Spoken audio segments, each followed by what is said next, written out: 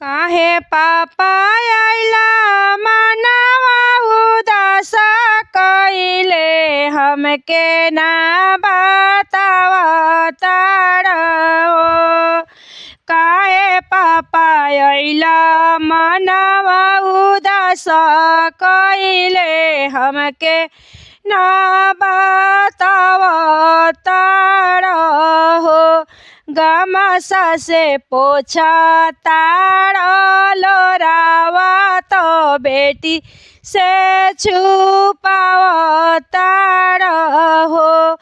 गमसा से पोछा पापा हो लोरावा तू बेटी से छुपावताड़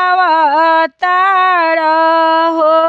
अब बेटी नाही आया सजना लोगवा बिनु रे दाए जबिनु हो। अब बेटी नाही आया बरतिया हो बिनु रे दाए जबिनु हो। काहे भैया बैठ मुड़ी झुकाई के नया ना मेलो र भरी हो। काहे भैया बैठ मुड़ी झुकाई त नैना लोरवा भरी बैठ हो। भैया तू समधी के मनाई लई त जीजा के मरौआ लई त हो। भैया तू समधी के मनाई लई त साजन के आंगनवा लई त हो। सब हुआ किलिया बहिनी लगाई चुकली एक हुना कमायले हो। सारा किलिया बहिनी लगाई चुकली एक हुना कमायले हो। बिनु रे तिलक समधि न मनिहन साजन नहीं मरोई है हो। बिनु रे तिलक ना साजन आई है नाही आंगन शोभिन हो। चुपा हो क दुलारी बेटी अत जानी सोचहु हो। चुपा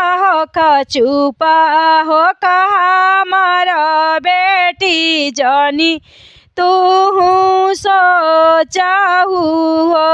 बेची देबो घरवा बकरिया तोहार घर बसइए देबो हो। रूसल समाधि मनइए लइबो साजन के मरौआ लइबो हो।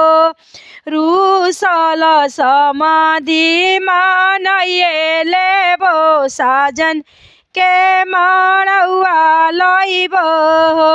आपन घरवा बेटी हो बेची देबो तोहार घर बसइए देबो तोहार घर बसइए देबो। कहवा से पापा रे आवताड़े मन मारी बैठल बाड़े कुछु ना बतावताड़े हो। कहवा से अइले पापा मन मारी कुछु ना बतावताड़े हो। गमछा से पोछा पापा हो लोरावा तू हम से छुपावताड़ बेटी से छुपावताड़ हो। गमछा से पोछा पापा हो लोरावा तू बेटी से छुपावताड़ हो।